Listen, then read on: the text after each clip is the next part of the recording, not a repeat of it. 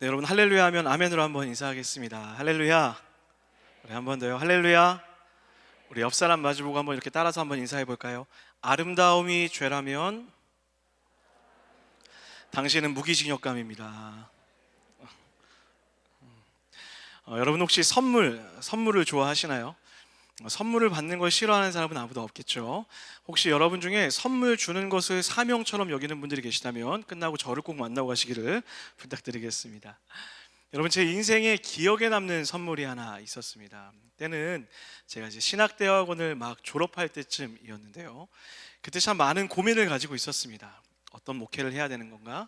어떤 사역을 해야 될까? 나는 좋은 사역자가 될 수 있을까? 수많은 고민들을 하고 있었고, 제 고민을 알고 있었던 한 지인이 그 고민에 도움이 될 것이라 이렇게 이야기하며 책을 한 권 선물해 줬습니다. 그 책의 제목이 멈추면 비로소 보이는 것들이라는 이런 책이었습니다. 고민하는 저에게 잠깐 멈춰서라고 말하는 것인지 좀 의문이 들었습니다. 근데 더 큰 문제는 책의 저자였습니다. 그 책의 저자가 해민 스님이었습니다. 지금 사역의 방향을 고민하는 저에게 동종업계에 계신 스님의 책을 거면해 준 그 이유가 무엇인지 아직도 잘 이해가 되지는 않습니다. 그런데 다행히도 제가 그 책을 통해서 불심을 얻지는 못했지만 그 책의 제목이 주는 다양한 질문들을 가지고 고민할 수가 있었습니다. 멈추면 보이는 것들. 사실 우리가 믿는 하나님은 늘 우리에게 이 멈춤의 시간을 매우 중요하게 강조하십니다. 하나님은 창조 후에도 우리에게 7일째 안식할 것을 명하셨고요, 광야를 걷는 백성들에게도 늘 멈추어 서서 다시 하나님의 말씀을 듣기를 명하셨습니다. 왜냐하면 빨리 가는 것보다 제대로 가는 것, 올바로 가는 것이 더 중요했고, 올바로 간다라는 것은 결국 하나님의 뜻대로 가는 것이라 생각했기 때문입니다. 그래서 하나님은 우리에게 늘 멈춰서서 다시 한번 하나님의 뜻을 묻고 듣는 시간을 가지라라고 이렇게 우리에게 명하시는 것입니다. 사랑하는 여러분, 지난 한 주 여러분 삶 가운데 다양한 일들로 또 치열한 삶으로 한 주를 살아오셨을 줄 압니다. 그리고 오늘 이 자리에 오기까지 많은 생각과 고민, 또 여러 가지 기도 제목을 안고 이 자리에 오셨을 줄 압니다.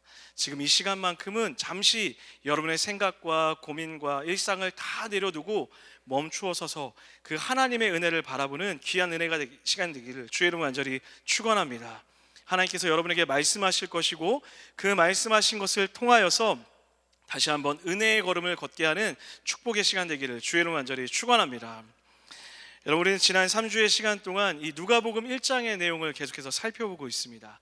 간략하게 지난 시간을 돌아보면요, 세례 요한의 출생 예고와 또 예수님의 출생 예고를 통하여서 약속을 이루시는 하나님, 그 구원을 이루시는 섭리의 하나님의 은혜를 살펴보았습니다. 무엇보다 두 이야기를 통해 우리가 발견할 수 있었던 것은 하나님의 구원의 역사는 특별한 사람, 위대한 사람, 능력 있는 사람을 통해 일어나는 것이 아니라 고통 가운데 끝까지 기도했던 그 한 사람, 시골 마을에 글도 읽지 못하는 어린 처녀와 같이 특별할 것이 전혀 없는 바로 여러분과 저와 같은 사람을 통하여서 하나님이 일하신다라는 것이었습니다. 그리고 오늘 그 두 이야기의 주인공이었던 마리아와 엘리사벳이 만나는 장면이 펼쳐지고 있습니다. 우리 다 같이 39절 말씀을 한 목소리로 다 같이 읽도록 하겠습니다. 39절입니다. 시작. 빨리 산골로 가서 유대 한 동네에 이르러. 아멘. 천사의 이야기를 듣고 마리아는 주의 여종이오니 말씀대로 될 줄 믿습니다 라고 이렇게 고백합니다. 그리고 천사는 떠나갑니다. 그리고 그 즉시 산골 유대의 한 동네 엘리사벳의 집으로 마리아는 향하게 됩니다. 엘리사벳이 살았을 것 같은 이 동네의 이름은 우리에게도 너무나 익숙한 이름입니다. 바로 엔케렘이라는 지역이었습니다.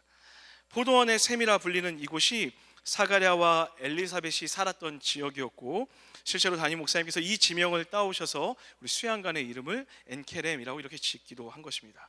여러분, 어쨌든 마리아가 있던 이 갈릴리 나사렛에서 엔케렘까지는 적어도 140km 정도, 약 140km 정도가 떨어져 있었을 거라 사람들은 이야기합니다. 당시에 차가 있었던 것도 아니고 걸어서 140km를 간다라는 것은 보통의 일이 아니었습니다. 그런데도 마리아는 천사와의 대면이 끝나자마자 바로 그 먼 길을 걸어가고 있습니다. 오늘 그 걸음을 걷는 마리아의 심정을 정확히 표현해주는 한 단어가 있는데요, 바로 빨리라는 단어입니다. 이것을 원어적으로 살펴보면요, 단순히 시간적으로 신속히 움직이다라는 의미만을 갖고 있는 것이 아니라 이 빨리라는 단어 안에는 그 사람의 열정과 간절함이 함께 포함되어 있는 그런 단어였습니다. 마치 이런 겁니다. 여러분, 저는 특히 주일 밤을 참 좋아하는데 오늘같이 설교한 주일 밤을 더욱이 많이 좋아합니다. 왜냐하면 이날만큼은 저희 아내가 저에게 귀한 선물을 허락해 주기 때문에 그렇습니다. 여러분, 저는 하나님께서 저에게 주신 귀한 선물이 있다면 단언코 치킨일 것이라 그렇게 믿고 있습니다. 그리고 오늘 같은 설교한 저녁이면 늘 아내님께서 치킨을 먹을 수 있도록 허락을 해주십니다. 그래서 주일 저녁이 되면 그렇게 퇴근 시간이 기다려져요. 그리고 또 어느 때보다 누구보다 빨리 그렇게 달려가고자 합니다. 아마도 제가 가졌던 이 마음이 이 마리아의 심정과 비슷하지 않았을까 생각되어집니다. 여러분, 마리아는 그렇다면 왜 그렇게 빨리 엘리사벳이 있는 그곳까지 가고자 했던 걸까요? 두 가지 마음 때문입니다. 첫 번째는 기쁨이었습니다. 마리아는 자신이 하나님의 은혜를 받았다라는 것에 대한 이 설레임과 감사의 고백이 있었을 것입니다. 그리고 자신과 동일한 은혜를 누렸다라고 얘기하는 그 엘리사벳의 이야기를 들었고 그 사실을 직접 확인하고자 하는 기쁨과 설레임의 그 마음이 있었을 것입니다. 그 또 다른 마음은 두려움이었습니다. 지난주 말씀드렸던 것처럼 처녀인 마리아가 임신을 하게 된다라는 것은 엄청난 부담을 감당해야 되는 그런 상황이었습니다. 비록 천사에게 내가 주의 여종이오니 말씀대로 될 줄 믿습니다 라고 믿음의 고백은 했지만 여전히 그 마음에는 두려운 마음이 있는 것입니다. 과연 이게 하나님의 뜻대로 될 것인가? 이것이 사실일까? 가능한 것일까? 그 마음에 두려움이 여전했다라는 것이죠. 이렇게 마리아의 은혜의 걸음에는 기쁨과 두려움이 함께 공존하고 있었습니다. 사실 여러분, 은혜라는 것은 늘 이렇게 이중성을 띠고 있습니다. 하나님의 은혜를 받아 참 감사하고 기쁨의 고백이 우리 가운데 넘쳐납니다. 그런데 정말 힘든 것은 그 은혜가 실제가 되기까지 그것을 기다리는 그 시간은 늘 두렵고 염려가 된다라는 것이죠. 여러분, 제가 세학의 현장에서 늘 외치는 한 문장이 있습니다. 그것이 무엇이냐면 믿음은 추억하는 것이 아니라 믿음은 살아내는 것입니다. 여러분, 동의하십니까? 믿음을 살아내는 것입니다. 그런데 문제는 그것이 너무 어렵다라는 거예요. 왜 그렇습니까? 보이지 않기 때문입니다. 그래서 은혜라는 것은 하나님을 만난 기쁨과 더불어 당장 보이지 않는 이 기쁨을 살아내야 하는 불편함의 이중성을 가지고 있다는 거예요. 오늘 마리아의 마음도 전형적인 은혜를 경험한 당연한 사랑의 반응이었습니다. 사랑하는 여러분, 그렇지만 우리가 오늘 이 마리아의 걸음을 통해 배워야 하는 아주 중요한 영적인 원리가 하나 있습니다. 우리 한번 따라하도록 하겠습니다. 은혜의 삶은, 한 번 더요, 은혜의 삶은 보여서 가는 것이 아니라 믿어서 가는 것입니다. 여러분, 믿으십니까? 마리아가 이 걸음을 걸을 수 있었던 이유는 하나였습니다. 믿었기 때문입니다. 두려움과 염려와 걱정이 있지만 그 믿음이 있었기 때문에 한 걸음을 내딛어 걸어갈 수 있었다라는 것입니다. 걸어가는 동안 내 안에 왜 이 길을 가야 하나? 이게 맞는 걸까? 맞으면 또 어떻게 되는 걸까? 수많은 염려와 걱정을 안고 있었을 것입니다. 그런데 중요한 것은 마리아는 그럼에도 걸어갔다라는 것입니다.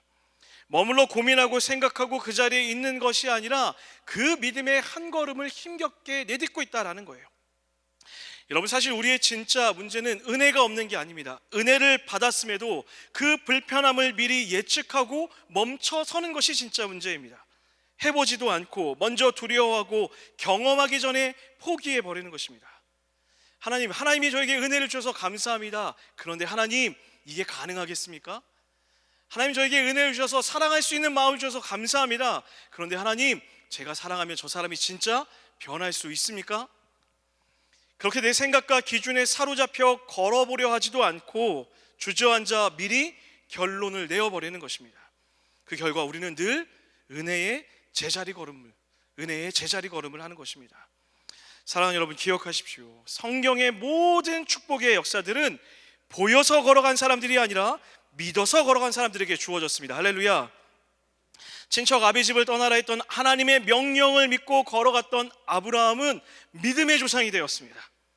성령의 인도하심에 따라 선교를 진행하였던 바울은 어디를 가든 하나님의 역사하심을 경험하였습니다.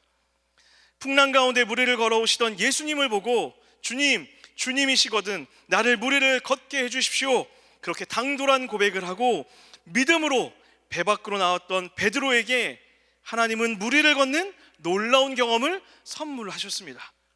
사랑하는 여러분, 이렇게 하나님의 은혜는 보여서 걸어간 자들이 아니라 믿어서 걸어간 자들에게 부어지는 그 은혜를 선물했다라는 것입니다. 사랑하는 여러분, 여러분도 무리를 걷는 은혜를 경험하기를 소원하십니까? 그렇다면 여러분을 가두고 있는 그 배 밖으로 뛰어내리셔야 합니다. 내가 가지고 있는 인식이라는 배에서 뛰어내리셔야 합니다. 내가 가지고 있는 경험의 배에서 뛰어내리셔야 합니다. 지식의 배 밖으로 발을 내딛고 믿음으로 걸을 때에만 우리는 하나님의 은혜의 약속을 경험할 수 있게 된다라는 거예요. 저는 여러분의 삶이 눈에 보이는 풍랑과 같은 현실에 묶여 하나님을 제한하고 주저하는 것이 아니라 주님을 믿는 믿음으로 배 밖으로 뛰어내려 무리를 걷는 은혜의 역사를 경험하는 삶이 되기를 주의 이름으로 간절히 축원합니다. 자, 그렇다면 우리는 어떻게 그 믿음의 여정을 완성해 나갈 수 있을까요? 우리 본문 41절과 42절 말씀을 한 목소리로 읽도록 하겠습니다. 시작. 엘리사벳이 마리아가 문안함을 들으매 아이가 복중에서 뛰노는지라. 엘리사벳이 성령의 충만함을 받아 큰 소리로 불러 이르되 여자 중에 내가 복이 있으며 내 태중의 아이도 복이 있도다. 아멘. 마리아는 드디어 원길을 걸어 엘리사벳의 집에 도착하게 됩니다. 그리고 떨리는 마음으로 그 문을 열고 집으로 들어갑니다. 여러분, 그런 마리아를 보고 가장 처음 반응을 했던 사람은 놀랍게도 사가랴도 엘리사벳도 아닌 태중에 있던 세례 요한이었습니다. 여러분, 성경이 얼마나 세심한지 이 작은 표현 안에도 하나님의 그 놀라운 은혜를 담고 있습니다. 여러분, 오늘 본문에 복중에서 뛰놀았다, 이 복중에서 뛰놀았다라는 표현은 단순한 기쁨을 표현하는 그런 의미가 아닙니다.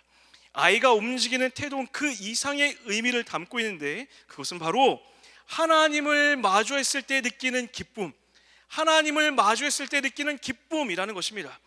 누가복음 6장에 보면 하나님 나라의 4가지 복에 대해서 설명하고 그 결과에 대해서 말할 때 이 동일한 단어를 이렇게 사용하고 있습니다. 6장 23절입니다. 한번 읽도록 하겠습니다. 시작. 그날에 기뻐하고 뛰놀라 너희 상이 큼이라. 아멘. 우리가 천국을 완전히 소유하는 날 우리가 어떻게 된다고요? 기뻐 뛰게 될 것이다 라고 이야기하는 거예요. 그리고 그 동일한 단어를 오늘 태중에 있는 세례 요한이 복중에서 마치 천국을 완전히 소유한 듯한 기쁨으로 뛰놀았다라고 표현하고 있는 거예요. 언제요? 마리아의 태중에 있는 예수님을 마주한 그 순간 태중에 있는 세례 요한이 천국을 소유한 듯이 기뻐 뛰었다라고 이야기하는 것입니다. 사랑하는 여러분, 성경은 이런 작은 표현을 통해서도 예수님을 만나는 것이 천국을 완전히 소유한 기쁨을 경험하는 것이다라고 우리에게 이야기해주고 있는 것입니다. 사랑하는 여러분, 저는 예수님으로 인한 기쁨이 여러분 가운데 넘쳐나게 되기를 주의 이름으로 간절히 축원합니다. 자, 그리고 이어서 엘리사벳도 반응합니다. 엘리사벳도 기쁨에 못 이겨 큰 소리로 이렇게 외쳤다라고 기록하고 있어요. 이 큰 소리로 불러 외치다라는 것은요, 확성기를 대고 말하다, 확성기를 대고 말하다라는 거예요. 그러니 그냥 큰 소리가 아니라 너무너무 감격해서 너무너무 흥에 겨워서 이렇게 외치는 거예요. 마리아, 당신은 엄청난 복을 받았습니다. 당신의 배 안에 있는 그 아이야말로 복되고 복됩니다. 당신을 마주하는 그 순간 내 태에 있는 이 아이가 천국을 마주한 것처럼 기뻐 뛰고 있습니다. 하나님의 말씀대로 행한 당신이야말로 복된 사람입니다 라고 그렇게 기뻐서 크게 외치고 있다라는 거예요. 여러분, 엘리사벳은 지금 마리아가 경험했던 그 특별한 경험, 처녀가 아이를 가질 것이라는 이 천사의 메시지의 해석자가 되어주는 것입니다. 그리고 두려움을 가지고 이것이 맞나? 가능할 것인가? 그 두려움을 가졌던 마리아에게 그게 마저 틀리지 않았어 라고 이야기하며 그 믿음의 걸음을 지지해주는 지지자가 되어주고 있는 것입니다. 여러분, 마리아가 여기까지 어떤 마음으로 걸어왔습니까? 기쁨과 또한 그 두려움을 안고 걸어왔습니다. 그런 마리아에게 엘리사벳이 이런 기쁨의 환호와 찬양을 드린다라고 한다면 마리아의 기분이, 그 마음이 어땠을까요? 마리아의 마음 가운데 두려움과 염려는 사라졌을 것입니다. 하나님이 맞았습니다. 하나님이 틀림이 없습니다. 그 하나님을 찬양합니다. 그 하나님의 영광과 은혜를 고백하게 됐을 거라는 거예요. 그리고 실제로 우리가 다음 주에 살펴보겠지만 마리아는 그 크고 위대한 하나님께 찬양하며 예배합니다. 할렐루야. 사랑하는 여러분, 마리아의 두려움이 믿음의 확신으로 바뀌었습니다. 반쪽짜리 기쁨이 온전한 기쁨이 되었습니다.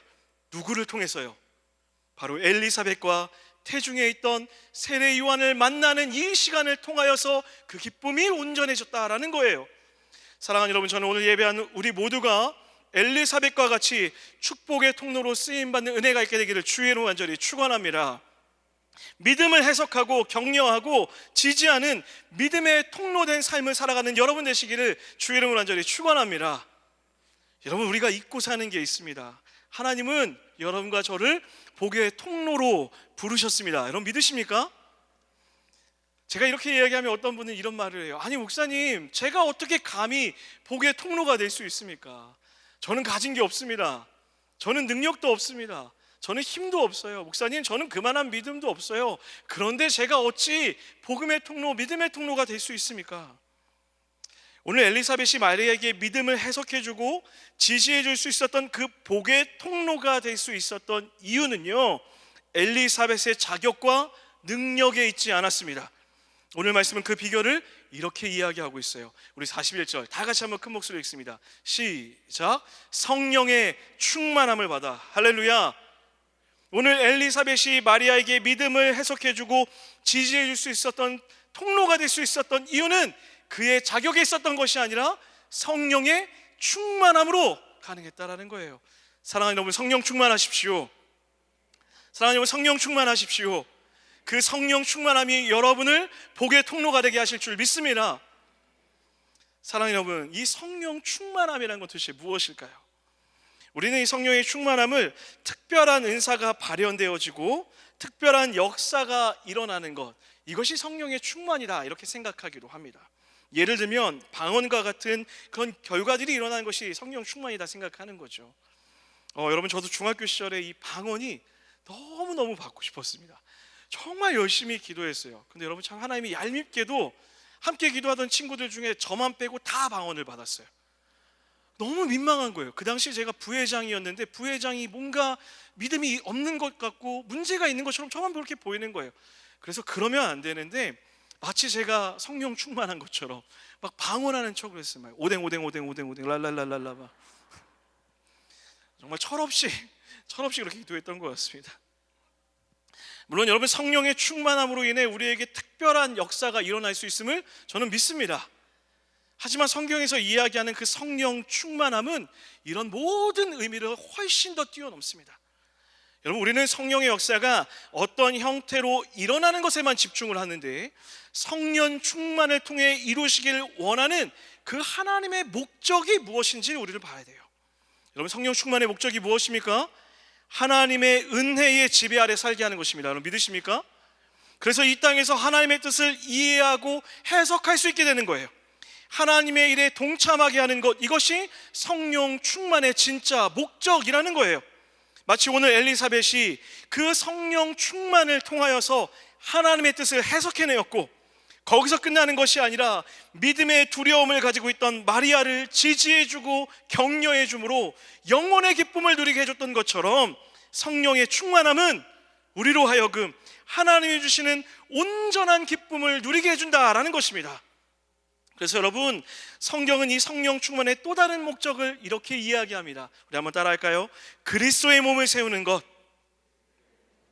우리 사도행전 2장 43절에서 47절 말씀입니다. 우리 한 목소리로 같이 읽도록 하겠습니다. 시작.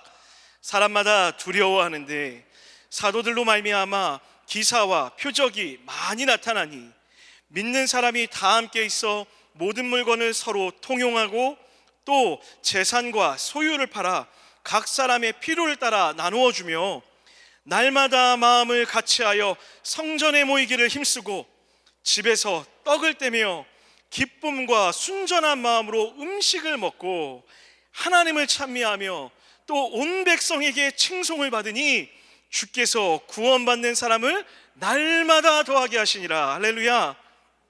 여러분, 성령 충만함의 결과가 무엇입니까? 자신이 받은 복을 자랑하나요? 은사를 자랑하고 있습니까? 아니요. 그들은 하나님의 뜻을 분별하기 시작합니다. 하나님의 시선을 갖기 시작합니다. 본질적으로 이기적일 수밖에 없는 인간의 시선을 하나님이 성령의 충만함으로 하나님의 시선으로 바꾸시는 거예요. 하나님의 백성들을 바라보게 하십니다. 공동체를 바라보게 하시고 이웃을 바라보게 하십니다. 그 결과 기꺼이 내 이웃을 위하여서 내 재산과 소유를 드리고 나누어 주며 함께 떡을 떼며 무엇보다 그 하나님의 이름을 찬양하며 예배하고 있다라는 거예요. 그 결과가 무엇입니까? 47절 말씀 한 번 더 읽습니다. 시작. 또 온 백성에게 칭송을 받으니 주께서 구원받는 사람을 날마다 더하게 하시니라. 할렐루야. 이것이 교회입니다. 이것이 성령 충만한 교회의 모습입니다. 여러분, 교회가 세상을 향하여서 자랑할 것이 있다면 저는 하나님을 믿어서 만사형통하게 되었습니다. 저는 하나님으로 인하여서 성공했습니다 라고 자랑할 것이 아니라 작고 연약한 자들이 모여서 서로 사랑하며 부족함을 채워주고 격려하며 서로의 삶이 진리 안에서 행복해지기를 기도하며 함께 울고 웃을 수 있는 성령 충만의 역사를 교회는 자랑해야 하는 것입니다. 사랑하는 여러분, 저는 오늘 누가복음이 특별히 이 마리아와 엘리사벳의 만남을 기록한 이유가 여기에 있다라고 믿어 의심치 않습니다. 구원받은 주의 백성들이 성령의 충만함을 통해 하나님의 뜻을 서로 해석해주며 하나님의 길을 걷는 믿음의 동역자들을 격려하고 지지해주고 그 믿음을 끝까지 살아낼 수 있도록 복의 통로가 되는 것, 믿음의 통로가 되는 것, 그것이 성령 충만한 자들의 삶이라는 것이에요. 사랑하는 여러분, 성령 충만하십시오. 다시 한번요. 사랑하는 여러분, 성령 충만하십시오. 그 성령 충만함을 통하여서 여러분의 삶을 보여서 걷는 것이 아니라 믿음으로 걸어가십시오. 그 믿음으로 걸어감으로 말미암아 주어진 공동체 안에서 믿음으로 축복의 통로로, 은혜의 통로로 쓰임받는 여러분과 저의 삶이 되기를 주의 이름으로 간절히 축원합니다. 여러분, 설교를 준비하면서 예전에 한 성도님을 신방했던 일이 떠올랐습니다. 여러분, 그날은 저에게는 참 힘든 날이었습니다. 개인적으로는 기도해도 뭔가 풀리지 않고 오래도록 기도했던 그 문제가 저를 막 괴롭히던 그런 때였습니다. 여러분, 저도 인간인지라 그런 때는 정말 아무것도 하고 싶어지지가 않습니다. 그만하고 싶다, 멈춰서고 싶다, 이런 생각들이 가득할 때, 그런 때였습니다. 근데 하필이면 그때 한 권사님을 신방하기로 약속했던 거예요. 속으로는 이 신방이 좀 밀렸으면 좋겠다라는 그런 간절한 기대도 좀 있었던 것 같아요. 왜냐하면 만나서 제가 힘을 드리고 격려하고 말씀 안에 바로 세워질 수 있도록 막 이렇게 애쓰게 해야 되는데 도저히 제 상태가 그러질 않은 거예요. 그래서 너무 죄송해서 갈 수가 없는 마음이 들었어요. 그래서 소심한 마음으로 이렇게 권사님에게 문자를 보냈습니다. 권사님, 오늘 우리 만나기로 한 거 기억하시죠? 라고 이렇게 보냈어요. 여러분, 제가 사실 신방 가기 전에 늘 요 정도까지만 보내요. 그리고 그 뒤에 한 문장을 더 붙였습니다. 그런데 혹시 많이 바쁘시면 다음에 봐도 됩니다 라고 이렇게 연락을 드렸어요. 그런데 여러분, 바로 문자가 왔습니다. 정확히 이렇게 왔어요. 아니요 목사님, 오늘 꼭 뵈었으면 좋겠습니다. 너무 단호하게 이야기하시더라고요. 어떻게 해야 될까요? 기도해야죠. 기도실에 올라가서 신방 가기 전까지 열심히 기도했습니다. 그런데 문제는 마음이 해결이 안 되는 거예요. 답답한 거예요. 도저히 풀리지가 않아요. 차를 몰고 운전해 가면서 기도하는데, 주님, 이 상태로 제가 어떻게 신방을 합니까? 주님, 저 좀 위로해 주세요. 주님, 제발 힘 좀 주세요. 간절히 기도했어요. 그런데 여전히 제 마음이 풀리지가 않았습니다. 주차를 하고 엘리베이터 타고 이렇게 올라가는데 한숨을 푹 쉬고 억지 웃음을 막 이렇게 지으려고 하고 있었어요. 그리고 띵동 하고 엘리베이터 문이 열렸는데 제가 깜짝 놀랐어요. 권사님이 문 앞에 서 계신 거예요. 그것도 활짝 웃으면서. 제가 그런 웃음을 처음 봤어요. 정말 활짝 웃으면서 저를 이렇게 바라보고 있는 거예요. 그러더니 할렐루야 이렇게 얘기하시는 거예요. 반갑습니다 라고 얘기하는 거예요. 그런데 여러분, 정말 놀랍게도 제가 그 권사님이 환하게 웃으시면서 할렐루야 하는데 눈물이 왈칵 쏟아질 뻔했어요. 꾹 참았습니다. 여러분, 문이 열리자마자 제가 울면 너무 이상한 사람이잖아요. 꾹 참았어요. 그리고 권사님이 목사님 들어오세요 막 얘기해서 바로 화장실에 가서 눈물을 닦고 자리에 이렇게 앉았어요. 근데 자리에 앉자마자 권사님이 얘기를 막 쏟아내시는 거예요. 그러면서 이렇게 얘기하는 거예요. 목사님 제 얘기 좀 들어보세요. 사실은 제가 오늘 목사님을 볼까 말까 엄청 고민을 많이 했어요. 제가 며칠 전부터 목사님을 위해 기도하는데 그렇게 하나님이 목사님을 살아가신다라고 이야기하는 거예요. 제가 기도할 때마다 목사님이 하나님이 너무 귀하다 이야기하는 거예요. 근데 이거를 말하기가 너무 부끄러워서 문자로 할까 전화로 할까 하는데 얼굴을 굳이 봐야 될 것 같은 생각이 들어서 오늘 꼭 보자라고 이야기하는 거예요. 그 얘기를 듣자 제가 참고 있던 울음이 왈칵 쏟아져 내렸어요. 그리고 권사님 앞에서 제가 펑펑 울었습니다. 그리고 권사님이 저를 막 위로해 주시는데 이게 누가 신방을 받는 건지 권사님이 저를 막 위로해 주시는 거예요. 그래서 제가 권사님한테 제가 이런 마음이었어요, 이런 상황이었어요, 있는 솔직한 마음들을 다 나누었습니다. 그런데 이번엔 갑자기 권사님이 막 울기 시작하는 거예요. 목사님 사실은 저도 그랬어요.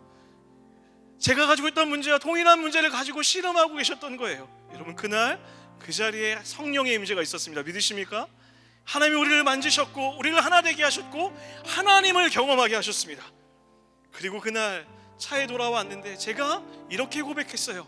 하나님이 이끄셨습니다. 하나님이 저를 인도하신 거예요. 하나님이 오늘 그 자리에 저의 그런 고민을 하셨고 권사님을 만나도록 약속하셨고 만나는 그 자리 가운데 성령의 충만함을 부어주셨던 거예요. 사랑하는 여러분, 오늘 이 성경의 이야기의 주인공이 누구일까요? 마리아일까요? 엘리사벳일까요?